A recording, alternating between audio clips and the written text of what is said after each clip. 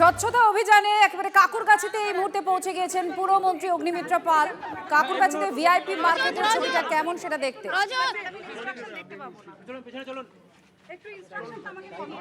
সোমা আমাদের সঙ্গে রয়েছেন, আমাদের প্রতিনিধি সরাসরি। সোমা, একটু কথোপকথন শোনানো যায় যে কি চলছে, কি জিজ্ঞেস করছেন তিনি? সরকারি দোকান দেওয়া হয়েছিল মুরগির জন্য।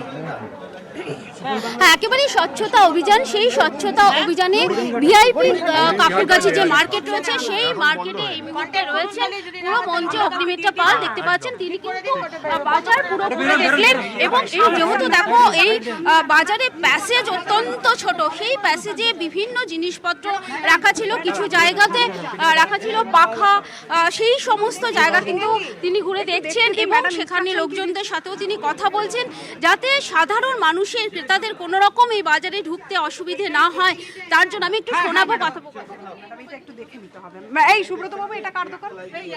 একই তো, ও হরিণঘাটারই দোকান, ওটা আমরা দেখে নিই। হরিণঘাটার সাথে কথা বলে জ্যোতিবাবু আজকেই কথা বলে এই দোকান, আপনি সামনে আসুন, আপনি পিছনে চলে যাচ্ছেন কেন বারবার? এখানে আসুন, আজকেই কথা বলে এই দোকানটা যদি ওরা না নেয় তাহলে নিক, আর না হলে অন্য কাউকে দিয়ে দিন। ঠিক আছে। হ্যাঁ, দেখতে পাচ্ছ তিনি কিন্তু বাজার পুরোটা ঘুরে দেখছেন। বাজারে যে প্যাসেজ রয়েছে সেই প্যাসেজ চারিদিকে কিন্তু জিনিসপত্র ছড়িয়ে রয়েছে। তিনি কিন্তু বলছেন যে এইভাবে বাজারের যে প্যাসেজ সেখানে এইভাবে স্টোর করে রাখা, তিনি কিন্তু বলছেন যাতে খালি করা হয়, তার জন্য কিন্তু তিনি নির্দেশ দিচ্ছেন।